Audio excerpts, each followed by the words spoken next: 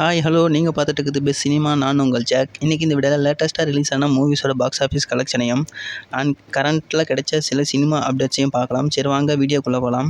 Starting with Sikandar. இந்த movie இது வரைக்கும் 161 crore கலெக்ட் பண்ணியிருக்கு.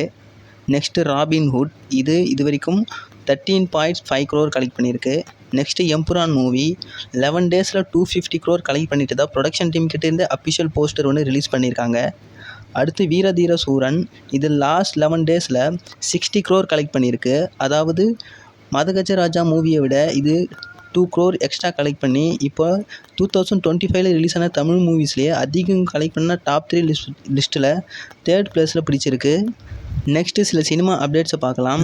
Good bad ugly movie release ஆக இன்னும் 4 days இருக்குது. இந்த 4 days முன்னாடியே அட்வான்ஸ் புக்கிங் சேலில் இது வரைக்குமே 7.89 crore கலெக்ட் பண்ணியிருக்கு. இது வரைக்கும் தமிழ் சினிமாவில் ரிலீஸ் ஆகிறதுக்கு 4 days முன்னாடியே அதிகம் கலெக்ட் பண்ண மூவிஸ்னு லிஸ்ட் எடுத்தோம்னா அதில் ஃபஸ்ட்டில் இருக்கிறது குட் பேட் அக்லி 7.89 crore, ரெண்டாவது பீஸ்ட் 7.87 crore, மூணாவது லியோ 5.93 crore, நான்காவது விடாமுயற்சி 5.41 crore, அஞ்சாவது பொன்னியின் செல்வன் பார்ட் 1 இது 5.14 crore, ஆறாவது ஜெயிலர் 4.74 crore, ஏழாவது Vettaiyan 3.91 crore and 8th the GOAT 3.61 crore.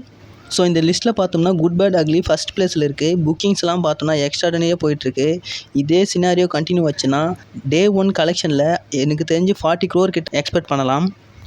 Next update என்னென்னு பார்த்தோம்னா நம்ம அட்லி டைரக்ட் பண்ண போகிற அடுத்த மூவி ஹீரோ அல்லு அர்ஜுன் தான் அப்படின்ற மாதிரி ஒரு அப்டேட் கிடச்சிருக்கு. இந்த மூவி ப்ரொடக்ஷன் டீம் யாருன்னு பார்த்தோன்னா சன் பிக்சர்ஸ். ஸோ இன்றைக்கி வீடியோ அவ்வளோதான். வீடியோ பிடிச்சிருந்தா வீடியோ லைக் கொடுத்துருங்க. மேலும் இது மாதிரியான சினிமா அப்டேட்ஸ்க்கு நம்ம பெஸ்ட் சினிமா சேனல் மறக்காமல் சப்ஸ்கிரைப் பண்ணி வச்சுங்க. Until then bye from jack.